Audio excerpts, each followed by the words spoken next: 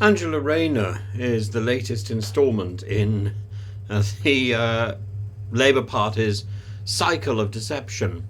And this political controversy engulfing the Labour Party, Angela Rayner, once the straight-talking champion of the working class, is now caught in the tangled web of evasion and half-truth. It's not just that Labour MPs have a problem with embellished CVs. This issue of truth is eating away at the very soul of the party. And it was meant to be another routine appearance on BBC Question Time. Angela Rayner, Labour's deputy leader, sitting confidently on the panel, prepared to defend Labour's positions. But then a moment of pure, unfiltered public sentiment cut through the usual political noise, and a man in the audience stood up and asked, "What part of democracy do you not understand?" And the room fell silent. The question was blunt, charged with years of frustration, and the man went on, reminding the panel that Parliament had voted 6-1 to hold the Brexit referendum. The people voted, the answer wasn't what Labour wanted, and yet here we are, still trying to spin it, still trying to question or reinterpret the result. Your job is to represent the public. If you don't like it, clear off. It was a moment of brutal clarity, and it rattled Rayner, and she tried to deflect, laughing awkwardly, claiming to be a different kind of politician, one who doesn't speak in rehearsed lines, but the damage was done. The audience saw through it. They weren't just questioning Brexit policy anymore, they were questioning the entire political class. Now, I don't like Brexit, but I equally didn't like the way in which it was delayed, and the dithering and the prevarication and the appalling Brexit deal which we eventually got as a result of that dithering and that prevarication. The problem extends beyond a single question time moment. Time and time again, Rayner has dodged fundamental questions about the very people she claims to represent.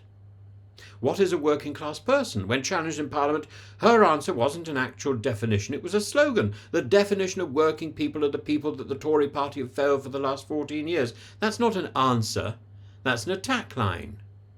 When pressed further, do small business owners count as working people? Are they working class? She spiraled into even more evasion. This isn't a personal failing. It's emblematic of a Labour Party struggling to define itself. Labour claims to stand for working people, but consider their policies. Higher taxes on small businesses and middle-income earners. A proposal to prioritise migrants for council housing while British families remain on waiting lists. A steady retreat from the commitments on economic and social policies. Labour has built a reputation on exposing Tory sleaze.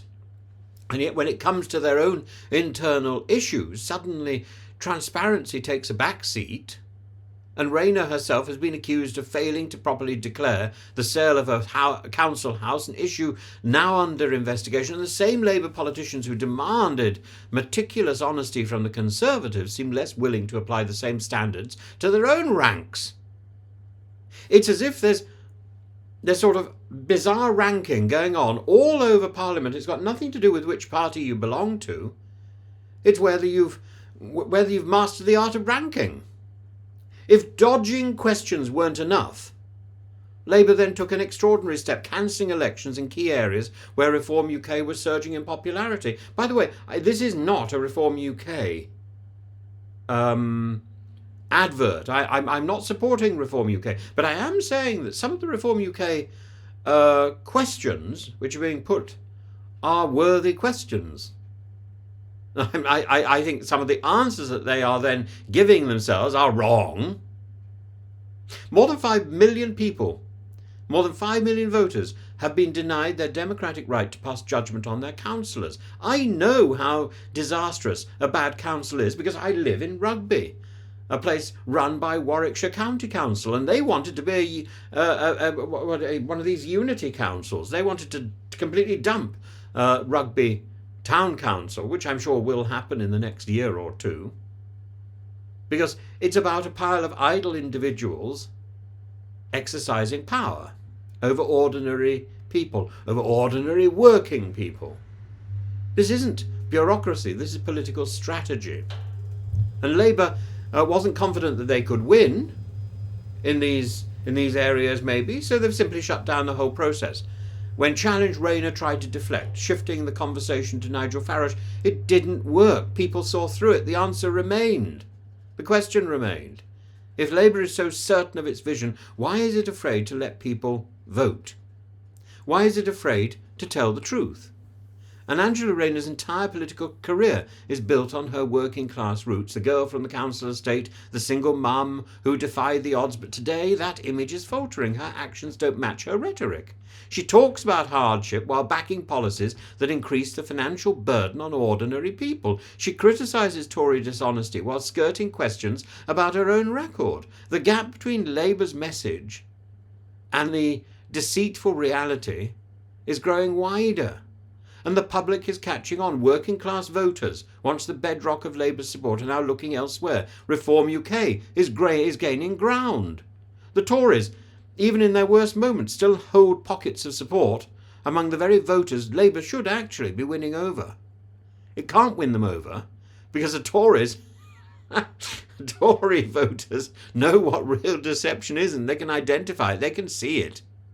It's naked. And it's being done with such a lack of finesse. Angela Rayner's missteps aren't just her own. They're symptomatic of this broader crisis within Labour. Is it that if you are in Parliament, if you're in power in Parliament, you have to lie? Is that the problem?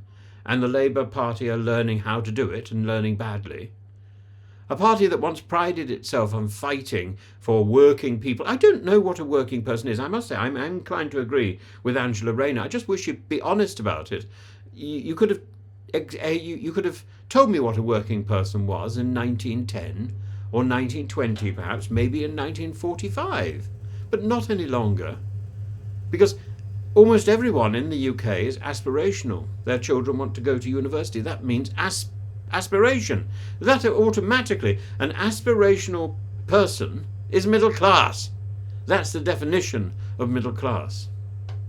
And the fact that we don't have jobs for life anymore seems to me to suggest that working people no longer exist as a concept.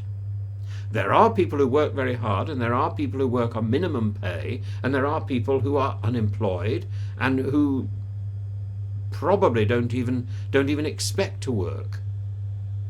And the Labour Party needs to rethink its image, because that is the people, those are the people that the Labour Party should be supporting. And I think the Labour Party is the party that should support small businesses and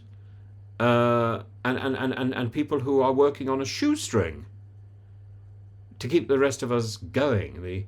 The nurses, the actors who don't know when their next job is. These are the real working class of today. But it's not that they are working class. It's that their tenure is uncertain. And you can't define a political party as the uncertain party, but maybe that is what the working class has become. The people who are not sure if they have a job next year. That is the working class today. And those are the people who may have very good jobs this year, and next year they don't know. Those are the working people, the people who live in uncertainty, and they need to turn to the authorities for help and for guidance. And they need to know they've got a friend there. But somebody who's going to throw inheritance tax rises at them if they're farmers, somebody who's going to dismiss their AI concerns if they're actors, this isn't the party of the working class. This isn't the party of those people who are uncertain whether they have a job next year. And Angela Rayner is somebody who hasn't worked out what she thinks. She thinks the working class is somebody who can be defined by some accent or something, or by their parents, or you define somebody by their accent and their parents as aristocracy, don't you? Not working class. This idea that you are defined by your parents is the stuff of the 19th century. Grow up. and start doing proper politics and start answering proper questions. A party that once stood for democracy now cancels elections when the outcome looks unfavourable for them. A party that once exposed Tory cronyism now dodges scrutiny on its own figures. This isn't a party that's devoted to the workers or to people who are uncertain about whether they've got a job next year. This is a party that's devoted to hypocrisy. If Labour doesn't change course, if it continues to talk down to voters, avoid hard truths, abandon its core principles, it won't just lose the next election, it will lose its soul.